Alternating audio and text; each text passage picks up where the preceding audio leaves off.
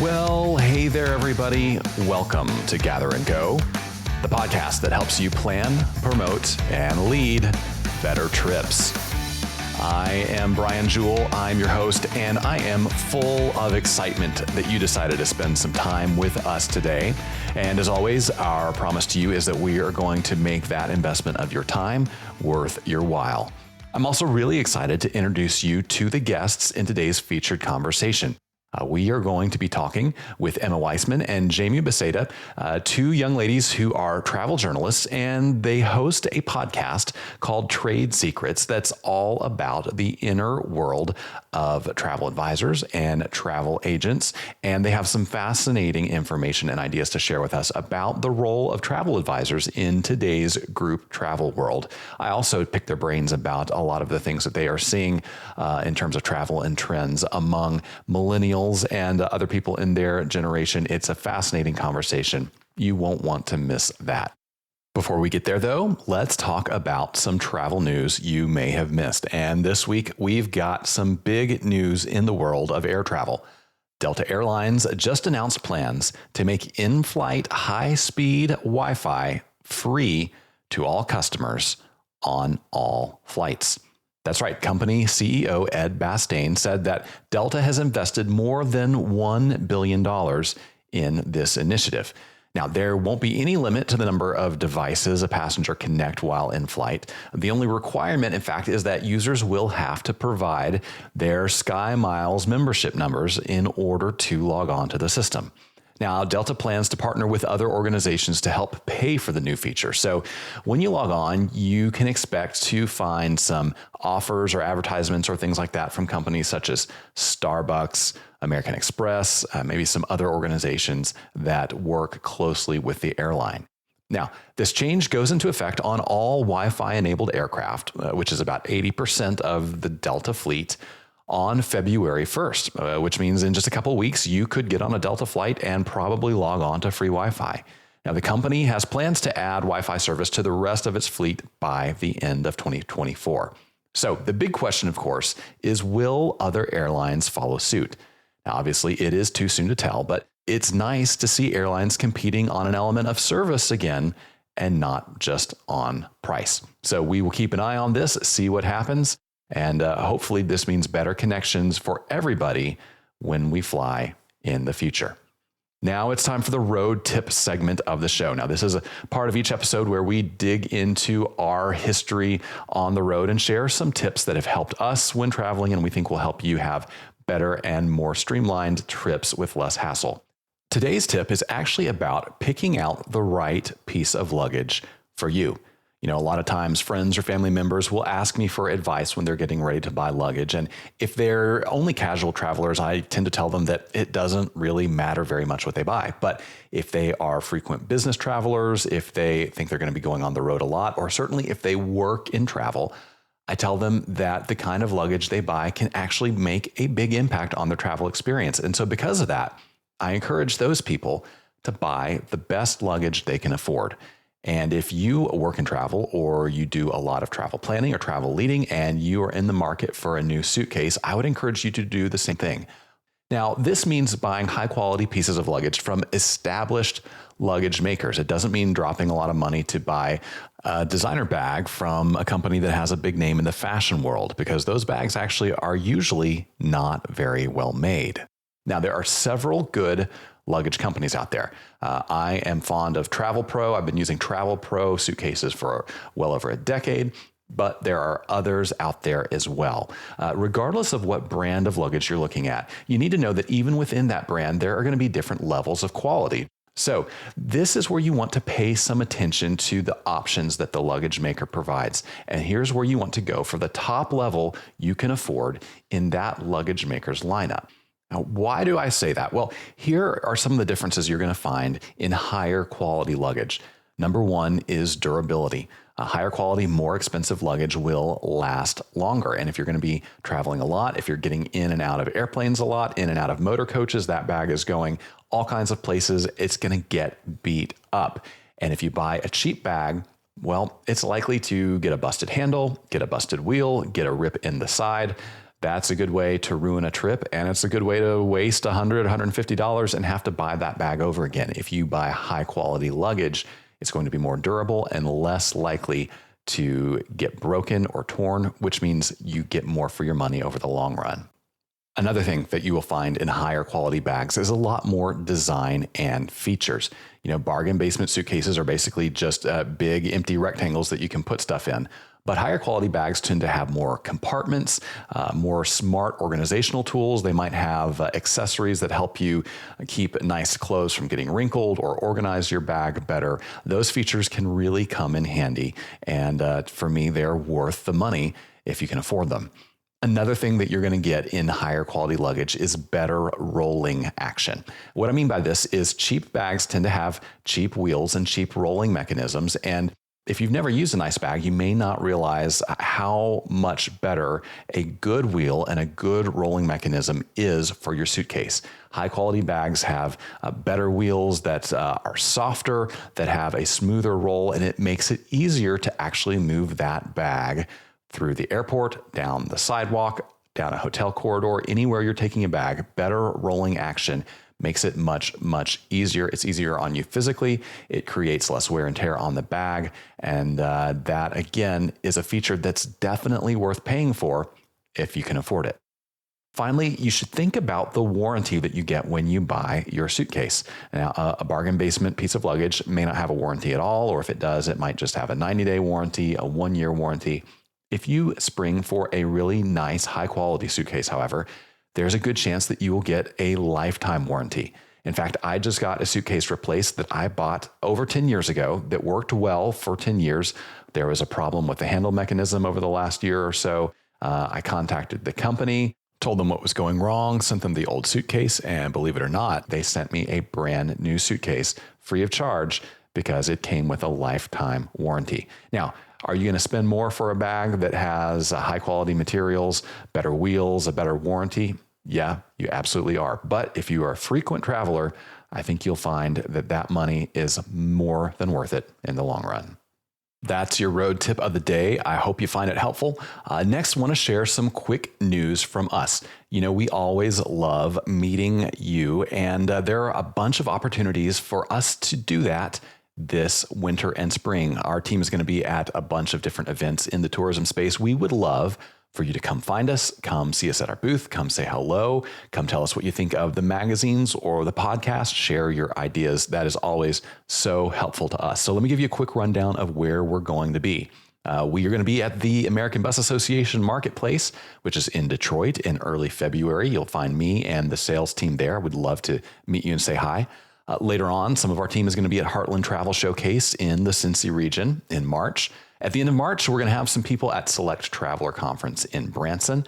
And then in April, a bunch of us are going to be at the Southeast Tourism Society's Domestic Showcase in Huntsville, Alabama. I'm actually going to be doing a keynote presentation there. I would love to meet you. I would love to hear from you. I would love to pick your brain and answer any questions you have. So look for us wherever you go to travel events. We will have a booth there, and we can't wait to meet you in those places. It's about time for us to move into our featured conversation with Emma and Jamie. Before we do that, though, let me encourage you to stay tuned to the end of the interview, because after that, I have some more thoughts about the role of Wi-Fi in travel, and I'm going to share those in our Hot Minute segment. You won't want to miss that.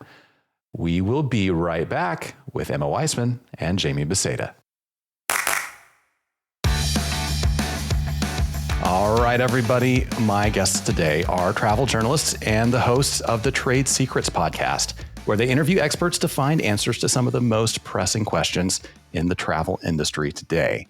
Jamie Biesiada is a senior editor at Travel Weekly, where she covers news relating to travel advisors and agencies. And Emma Weissmann is the managing editor of Travel Age West, where she works on a wide range of travel features and news articles. Jamie and Emma, welcome to the podcast. Hey, Brian. Thanks so much for having us.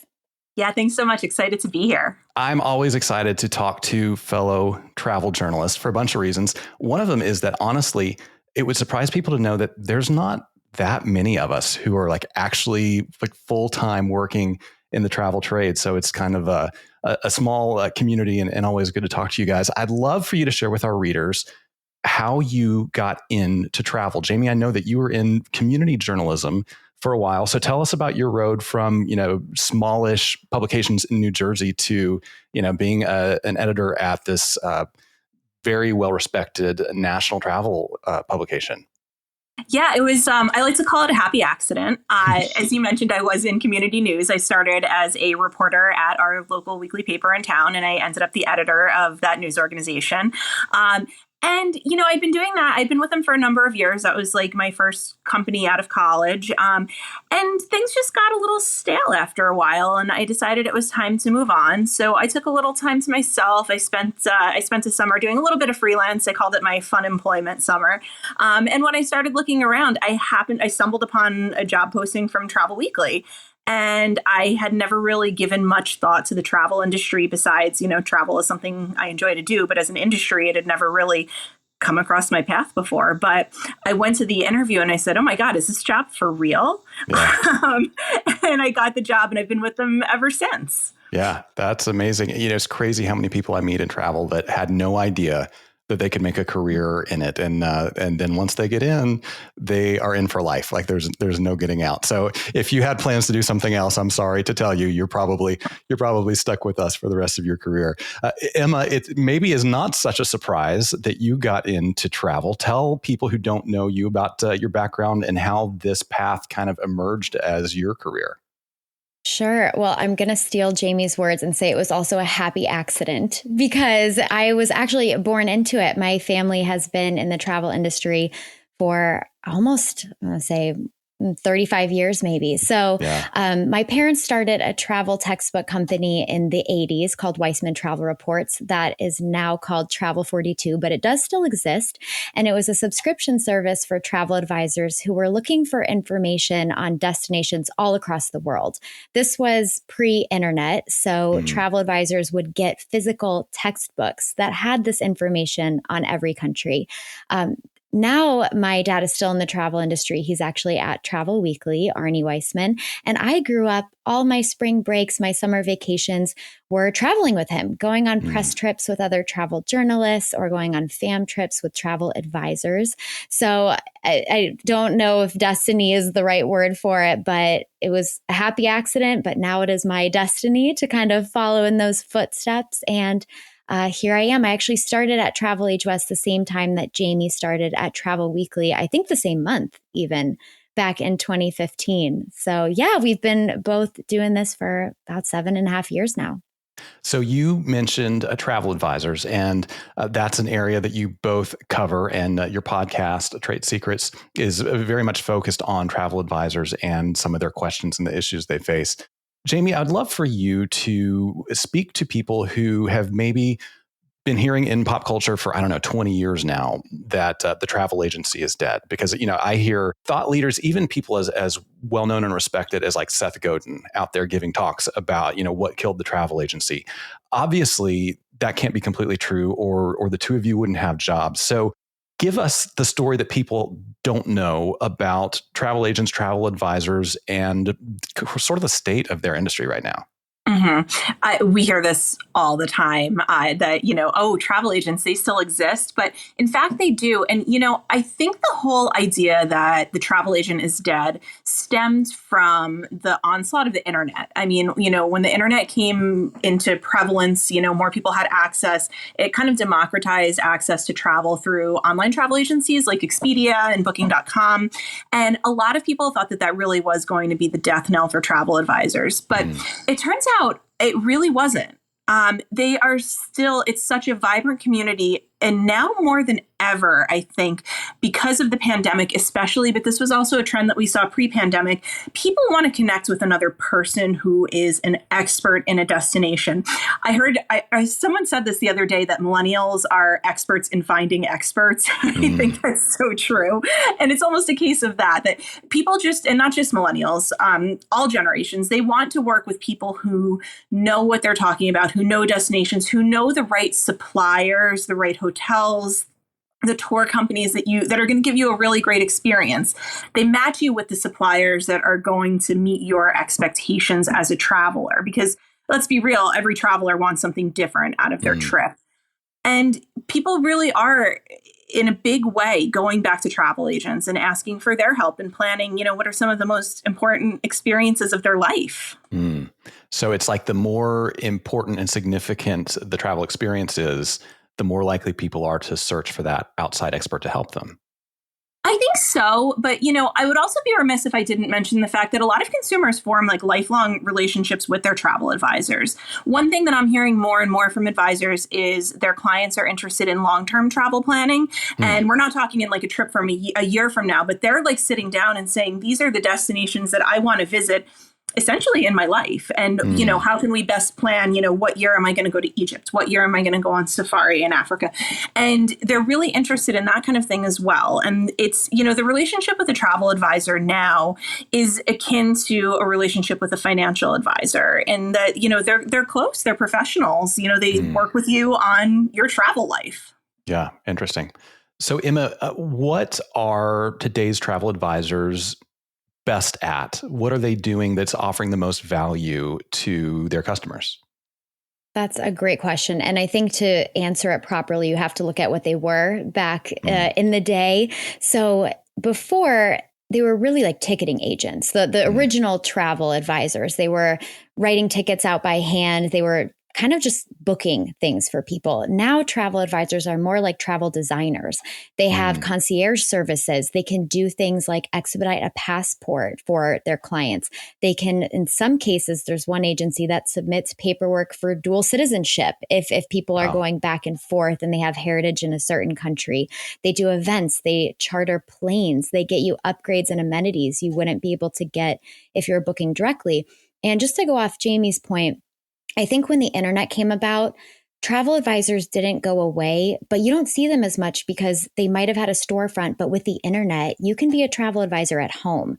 So for everyone who thinks that travel advisors are dead, I did some digging into exactly how many there are in the US.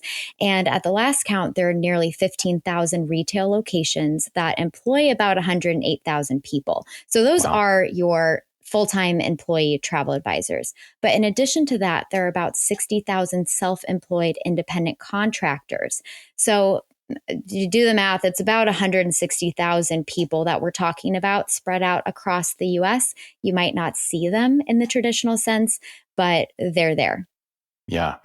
So I'd love to dig into that a little bit more, because there is a lot of overlap in the travel industry, and it can be sort of confusing, especially for people that, don't work in it every day like we do, to know exactly who's who. So there's the tour operator, there's the travel agent. Sometimes there's the group leader who is the leader of a preformed affinity group that's in charge of planning travel, but they aren't necessarily, writing all the contracts and making all the purchases.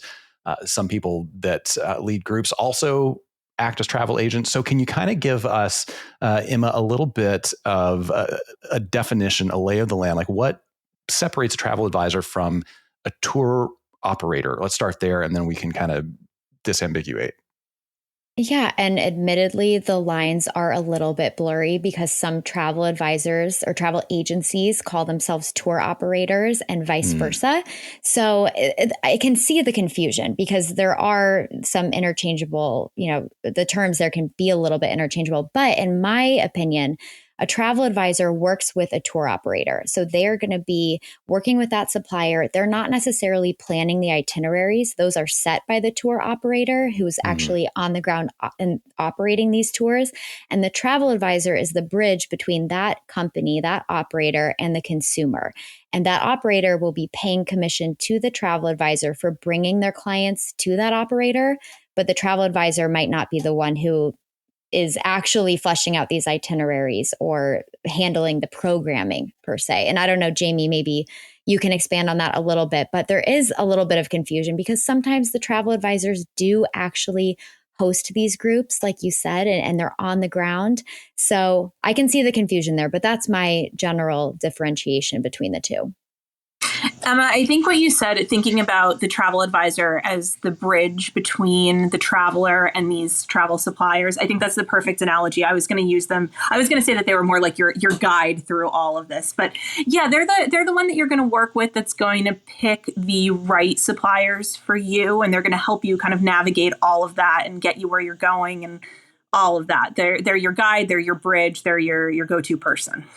Yeah. And one thing too is that the travel advisor, maybe this destination, let's say you're going to Peru, that's one of a few destinations in South America that they specialize in, but they're going to do some digging and some research on all of the tour operators in that destination to find the one that is just right for their client. So if you're just going with a tour operator, you see their portfolios, their itineraries, and you can pick from those tours. If you're working with a travel advisor, they might have relationships with 5 different tour operators in Peru and can really find the best one for the specific needs of that client. So a lot of our listeners and readers are those affinity group leaders in a preformed group in their communities. When they take domestic trips, especially if it's, say, 2 or 3 states away from where they are, many of them are used to chartering a motor coach themselves, reaching out to the visitors bureau in the place they're going, or reaching out to hotel contacts they know there. Basically writing their own group hotel, writing their own itinerary, doing it all themselves. And I feel like that's eminently doable for a trip of a certain length with a, medium complexity. Tell us where a travel advisor really comes in handy, Jamie, for a group, and especially if they're trying to do something that's a little bit more ambitious. Well, I think the idea that you could hand off all of the thorny parts of that group to somebody else who basically lives and breathes it every day would be a huge help. But I think, too, a travel advisor would bring a different perspective to the table and might bring up some options that a tour leader didn't know existed. For instance, have they ever thought of chartering a cruise ship? Because there are cruise ships for groups of all sizes, small to extremely large. And, a travel advisor could put those options on the table, but they're also going to help when things go wrong. They're going to help problem solve on the fly, before, after. And I think that they would be a real asset to a group leader. Yeah, that's key. So, Emma, how do I, as a group leader, go about finding that travel advisor if I don't already have them in my local network, in my community, in my affinity group? If they're not already there, how do I find them? How do I qualify them? And how do I make sure that they have expertise in the area of group travel?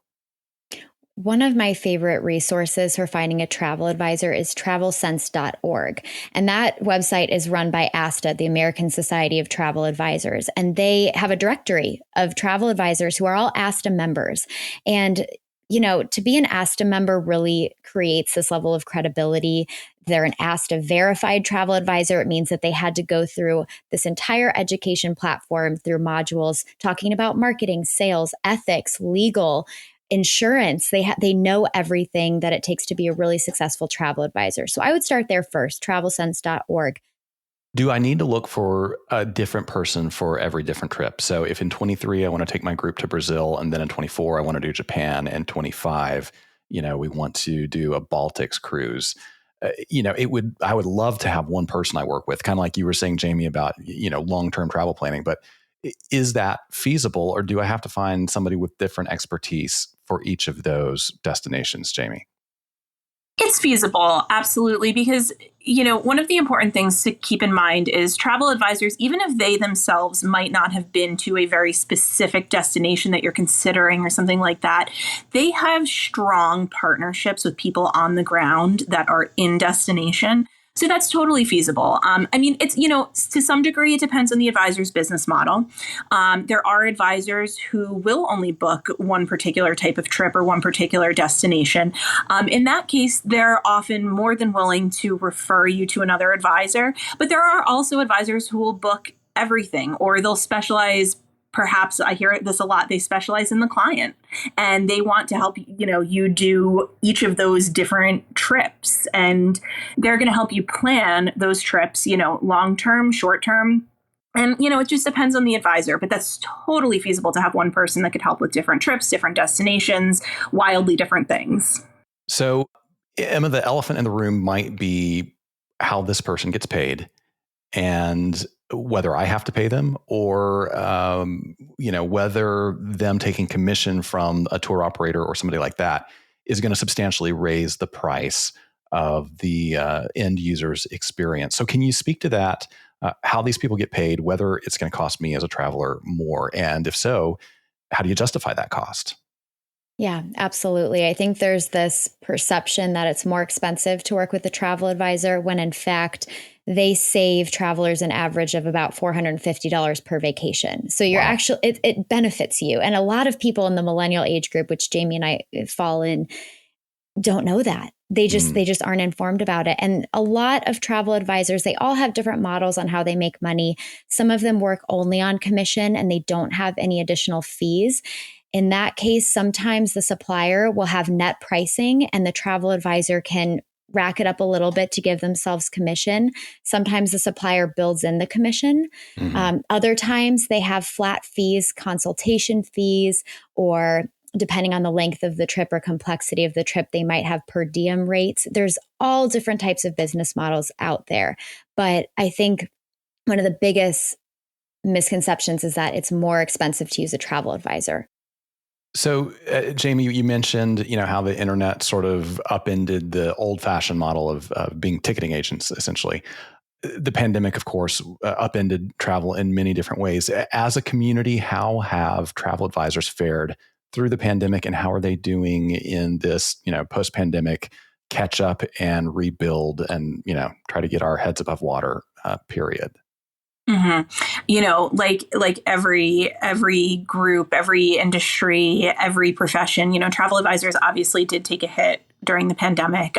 We had months there where people really weren't traveling at all. And then the restart has been rather slow in some cases. I mean, even this time last year, we did not have a lot of cruise ships in the water. The recovery has taken some time. And of course, we did lose some travel agencies along the way, unfortunately. But I will say not as many as people predicted.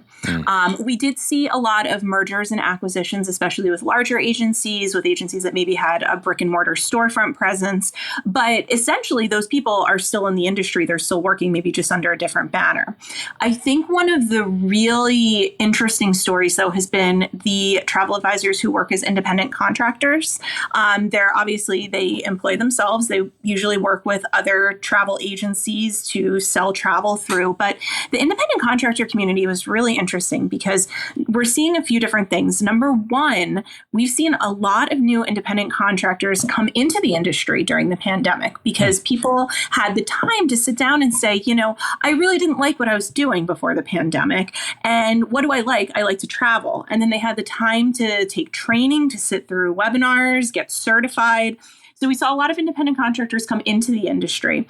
And then at the same time, independent contractors had the flexibility when people really weren't traveling to kind of turn off their travel business for a while and do something else. But now they're coming back, which is great because travel advisors are more in demand than ever. 2021, people were traveling again. Some travel agencies had their best year ever in 2021. But 2022 is really panning out to be a fantastic year for the agency community. Some as early as September had hit travel sales levels equal to 2019. Wow. And still had the rest of the year to go. And now I'm hearing even more, like as we're getting into, the latter half of November into December, even more agencies are now at or surpassing their best years ever. With that, obviously, comes the caveat that they're extremely busy right now. Every agent that I talk to is that there is no shortage of work right now, which is also good that we've brought in some new independent contractors to kind of spread that work around. But yeah, they're extremely busy now, and all things are pointing to a really fantastic 2023 as well. Yeah. I want to press into that a little bit more because it's a really interesting phenomenon to me, given all that we're facing in the economy with inflation. Maybe there's a recession. People can't agree on whether there's a recession. There's a land war in Europe, right? I mean, there's all these headwinds. Can you venture any guesses, Jamie, as to why travel agents are so busy now in spite of all those headwinds? I think that at least in part that the traveler has truly changed their mindset throughout the pandemic. I mean, sometimes if you take something away from a person, that's the thing that they want most in the world. And I think that collectively, we all realized how much we value travel when we couldn't have travel. And I think that it has gone from a nice to have to a must have in people's hearts and minds, so to speak. And I think that that's not something that will change. I think that mentality change is here to stay, and travel has just become an essential thing to people now that they experience not having it for a while. Yeah, no, that's wonderful.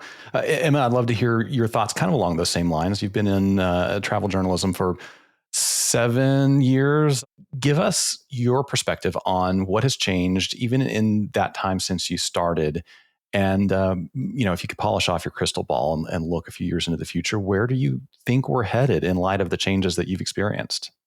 Oh my gosh. It's so hard with the crystal ball questions because I don't want to be wrong, but I kind of look at, I started in my career in 2015. So that was pre-pandemic. Travel every single year, it was up and up and up, and everything was going really well. The pandemic came and just destroyed everything. It depressed the entire industry. And now as we're coming back, we're facing different problems than we did before the pandemic. Mainly that I think was the catalyst for these changes. The airline cancellation and delays that we experienced within the past year, and it's still happening. The airports were just overwhelmed, and they maybe didn't have the employees that they had back in 2019 who were well trained, and the number of employees was a lot higher. So I think we're still having some problems with that. We're still having some problems with service in terms of like hotels having to retrain employees who maybe weren't in the hospitality industry. So that's kind of what we're seeing now. And I didn't see that back when I first started in 2015. And if I could look toward the future, I think just in the past couple of years, there's been this push toward responsible travel and really evaluating the companies that you work with and making sure that they align with your own values, especially with the younger generations, Generation Z, millennials. They don't want to just go to an all-inclusive and drink from 50 plastic water bottles and lie on the beach. They want authentic experiences. They want a hotel that's going to keep sustainability in mind. And that's what they're looking for. And back when I started, it was there, but it wasn't so much on the forefront. So I would say looking ahead, you're just going to see more and more companies moving toward environmentally friendly practices, authentic experiences, cultural experiences, and experiential travel is just going to continue to blossom. Yeah. So I hear you saying that, and I hear a lot from people in your generation kind of saying that there is a demand for that. Have you seen examples of some suppliers actually stepping forward with products and experiences to meet that demand, and any kind of indication that it's something that actually has legs? Absolutely. There are so many suppliers, and it's kind of all across every facet of the industry. So you see hotels that are carbon neutral. They're making these pledges, or by 2035, they're going to be completely carbon neutral and have all of these initiatives, putting refillable water stations in the hotels. You see it in tours where they're working with the local communities to really have these cultural experiences that aren't so much performative, like you're going to go and sit and watch people entertain you, but you're actually going to interact with the local communities and make sure that all of the tourism dollars are going back into the local community. So a lot of tour operators are taking that stance now. Cruise lines, there's always kind of a debacle with cruise lines and sustainability, but a lot of the lines, I'm seeing it a lot in expedition cruising, but in other parts of the industry as well, are trading up their fuel. I wish my cruise editor was on the call because he knows the specifics of it, but they're becoming more electric and hybrid LNG fuel. They're really trying. I think that everybody just knows that this is kind of a priority, and it makes good business sense to make these changes. Jamie, same question, crystal ball, get it out, peer into it as far as you can. And knowing what you know about, let's say your peer group, millennials, and maybe people a little bit younger, Gen Z, who are just now getting jobs and having some income to spend on things like travel. Where do you see our industry going as Gen Z comes into fruition as professionals with money? And where do you see millennials taking us as they step into leadership roles throughout the travel industry? I think that especially after the pandemic, like Emma said, everything is about experiences. People want more authentic experiences. And I hate to use the word authentic because I think it's so overused. But like Emma mentioned, there are a lot of suppliers now that are partnering with locals to give travelers actually authentic, there it is again, experiences. But that's what they want. And I mean, let's face it, experiences are the reason that we travel. We don't travel to get on a plane. We stay in a hotel because we need a place to sleep, but we want experiences. And I think that is going to continue. I also think that we are going to continue to see an increased desire to work with travel advisors because they are able to find those experiences that are worth doing and that are right for an individual traveler. So I think that's going to continue as well. We're also seeing an indication of that from ASTA, the American Society of Travel Advisors. They've been fielding surveys periodically, and the number of consumers that say that they feel working with an advisor is going to bring value to their personal travel is on the uptick. So I think that's a trend that we're just going to see continue. Yeah, that's interesting. And I think, this trend that we've had for 10 or 15 years now of, social media influencers kind of setting the tone for what people do. I think in part the jig is up and people have sort of seen behind the curtain and realized that, that trip that I see that influencer having on Instagram, that was probably sponsored and it's not a trip that I can take. And it is, I need to look to a real expert for help planning my travel instead of just Instagram influencers. I totally agree with you that people have pulled the curtain back on Instagram, especially, and they know that it's a highlight reel and that things are posed and it's not authentic, to use that word again. But I do think that social media is still a huge driver, especially for those younger generations. So they want to know where to go, but they want to know where to go where other people aren't going. So I think it's less about, oh, there's this pretty site and I want to take a picture. And it's more, oh, this hidden gem in California that you can go see that nobody knows about. And of course, it's bringing more people there. But I think that the mindset has shifted. But social media is still a huge driver, especially for those younger generations. Emma, just to tag onto that point, I hear from travel advisors all the time that clients don't respond to like pretty pictures that come from suppliers that are just showing like a beautiful ship, a beautiful room, this or that. But their clients are really, and non-clients too, are really responding to the photos and videos that they take that are, a little less polished because it just feels more real. Yeah, that's wonderful. All right. Well, trade secrets. Emma, tell our listeners where they can find your podcast. So Trade Secrets, you can find it anywhere you listen to podcasts, Apple Podcasts, Spotify, Stitcher. You can find it on travelagewest.com/podcasts or travelweekly.com/podcasts. We're dropping new episodes every other week. And like Brian mentioned earlier, it's really a professional development podcast for travel advisors or people who just want to learn how to sell travel better. So go ahead and head to Trade Secrets and hit subscribe and send us an email if you want at tradesecrets@travelweekly.com. Yeah, wonderful. And Emma, beyond the podcast, what's the best place for people to find and follow you? You can send me an email if you want to reach out. I'm E. Weissmann with 2 S's and 2 N's at travelagewest.com. And on Instagram, I'm Emma_enroute, the French way, ENROUTE. And I will follow you back and looking forward to connecting there. Awesome. Jamie, how can people get connected with you? Yeah, you can shoot me an email anytime. It's jbiesiada@travelweekly.com. A lot of vowels in there. If you just go to travelweekly.com and click any of my articles, you'll see my name. And you can find me on Instagram. I am at @thusjamiesaw. Yeah, wonderful. Well, before I let you go, we have some questions we ask all our guests, and these are just for fun. So no pressure. Shoot from the hip. It's the lightning round. So are you guys ready? Oh gosh, I have bad experiences with this, Brian, but let's try it. I promise I'll go easy on you.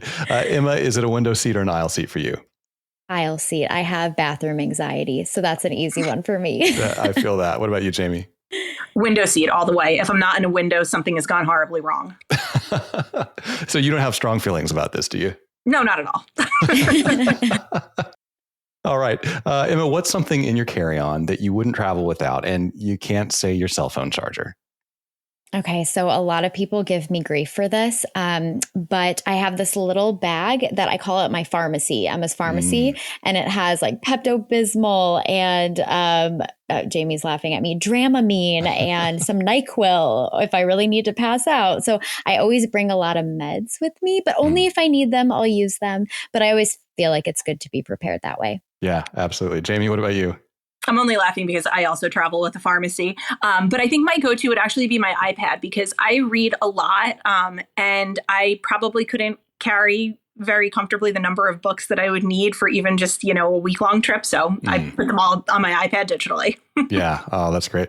Full disclosure, I have the pharmacy as well, although it's a bunch of loose packets and pills. And at this point, I probably should throw it out and start over because it's, they're expired and I don't know what's what anymore. But we all need a pharmacy. We never know what's going to crop up when you're on the plane or when you're in the destination, but you're not, reunited with your checked bag yet. You need it for sure. Absolutely. Yeah, for sure.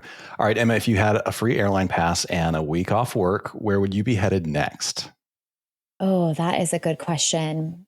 Actually, it's a place I've already been, Japan. I love Japan. I love the food. I love the culture. Last time I was there, I only explored a small part of it, and it was not the normal tourist sites, which I still want to see. So I would say probably headed back to Japan. Yeah, cool. What about you, Jamie? I mean, I'd like to go to Japan with Emma too, but I think my top pick right now would probably be India. I'd want to visit some spice farms. Sounds amazing. All right, last question. What's something that you have seen or done on the road that you wish you could go back and do again with somebody you love? I think mine would be in 2020, I climbed Mount Kilimanjaro with my family, my dad and my brother. And the whole time I was there, I just thought, I want to share this experience with someone else. I want to go back and do it again. So my plan now is to take my boyfriend, but maybe down the line, if we have kids, to take my kids. It's a lot of work and preparation, but it is such a life-changing and transformational experience that I got to do it again sometime in my life. Yeah, sounds awesome. Jamie? I don't know how I could follow up Mount Kilimanjaro. I think I'm just going to say I'm really looking forward to getting out in the world more with my daughter, who's 15 months old now.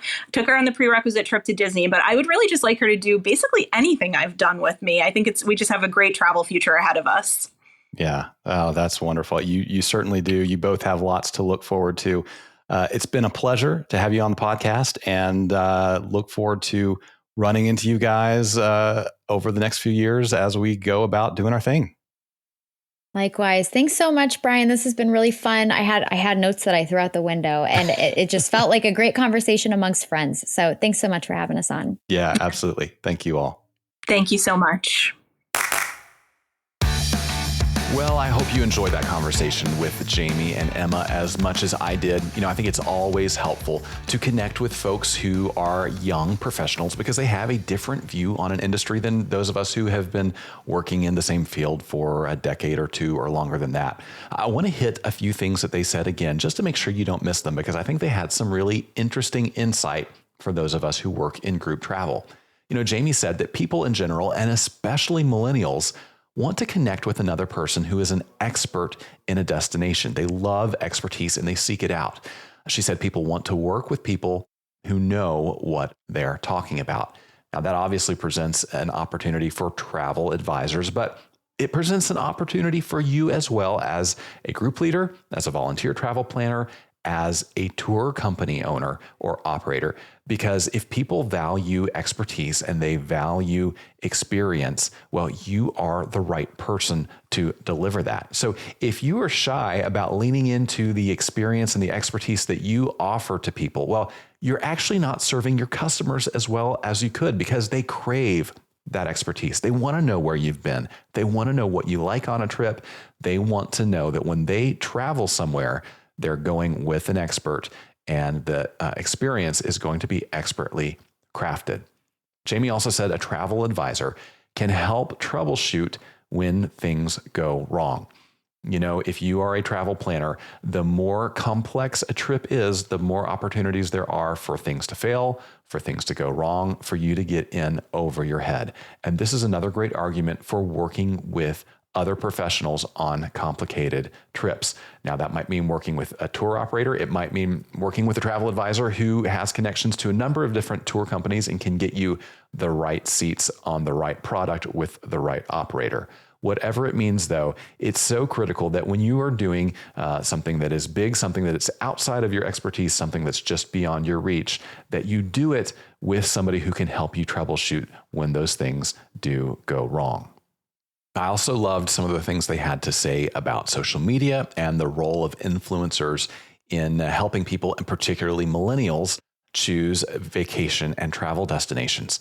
Now, Emma said that social media is still a huge driver for younger generations, but she said they want to know where to go, but they want to know where other people aren't going. In other words, these people are looking to social media to give them insight that they're not getting from mainstream sources. So they're more interested in where a friend or an influencer is going that they're not seeing maybe in TV commercials, that they're not hearing their parents and grandparents talk about. They're looking for those off the beaten track places. And that's where a travel company can make really smart use of social media to highlight places that millennials aren't hearing about in other ways. And if you can provide them some insight, some inspiring images or videos or intelligence, you might just be able to capture their attention and maybe even their business. But you're not going to do that by showing them pictures of the things that everybody else shows them pictures of. Instead, it's going to be showing them things that are unique, memorable, and authentic. Along those same lines, Jamie said that she's hearing from travel advisors that their clients aren't really responding to pretty pictures from suppliers anymore. Instead, she said they're really responding to the photos and videos they take that are less polished and feel more real. Now, this is a great takeaway for you too, no matter whether you're leading groups individually or you run a whole tour company. Not everything that you put out there has to be perfect. It doesn't have to look perfect. It doesn't have to be professionally photographed. It doesn't have to come from a supplier. In fact, more and more people recognize those over-polished images and videos when they see them, and they can actually be a turnoff. So don't be afraid to whip out your phone and take some snapshots or some videos as you go. Even if they don't look professional, the fact that they don't look professional may actually lend more credibility to what you're trying to say and help you make more impact with your audience. Great stuff there from Jamie and Emma. Okay, so before the interview, I told you that I had some more thoughts about the role that wireless internet plays in travel, and that's the topic of today's Hot Minute. Yeah, that's right. The Hot Minute is the part of the show where I take 60 seconds to give you my unfiltered views on an issue impacting travel every day. Today, I have some thoughts on Wi-Fi and specifically the way Wi-Fi works or doesn't work on motor coaches. So let's put 60 seconds on the clock and get into it. Okay, motor coach companies. If Delt'a can make free high-speed Wi-Fi available fleet-wide, why can't you make it available on your motor coaches? Sadly, there are a lot of motor coaches that still don't have Wi-Fi, and a lot of the ones that do don't have good Wi-Fi, or it doesn't even work at all. Now, I'd say about half of the coaches that I've been on over the past 5 years have had poor or malfunctioning Wi-Fi. Sometimes it's so slow it's basically useless. Sometimes the password doesn't work. Sometimes it just doesn't connect to the web. Sometimes the Wi-Fi works for certain kinds of devices, but not others. Now, here's the thing. If you're going to invest in putting Wi-Fi on your motor coaches, you might as well make that investment worthwhile by ensuring that the Wi-Fi actually works, making sure your staff knows how to operate it, making sure they know how to troubleshoot it. Here's the thing. When high-speed Wi-Fi works on a motor coach, it's a beautiful thing. When it doesn't work, it's just frustrating. Now, that's how I see it. Of course, you are welcome to disagree, and we can still be friends. And agree, disagree, whatever you think, we would love to hear from you. You can reach out at podcast@grouptravelleader.com. I read every email that comes into that address, and you never know, your thoughts or questions might just be the topic of the next Hot Minute. And hey, while you're in the mood to give us some feedback, would you do me a favor?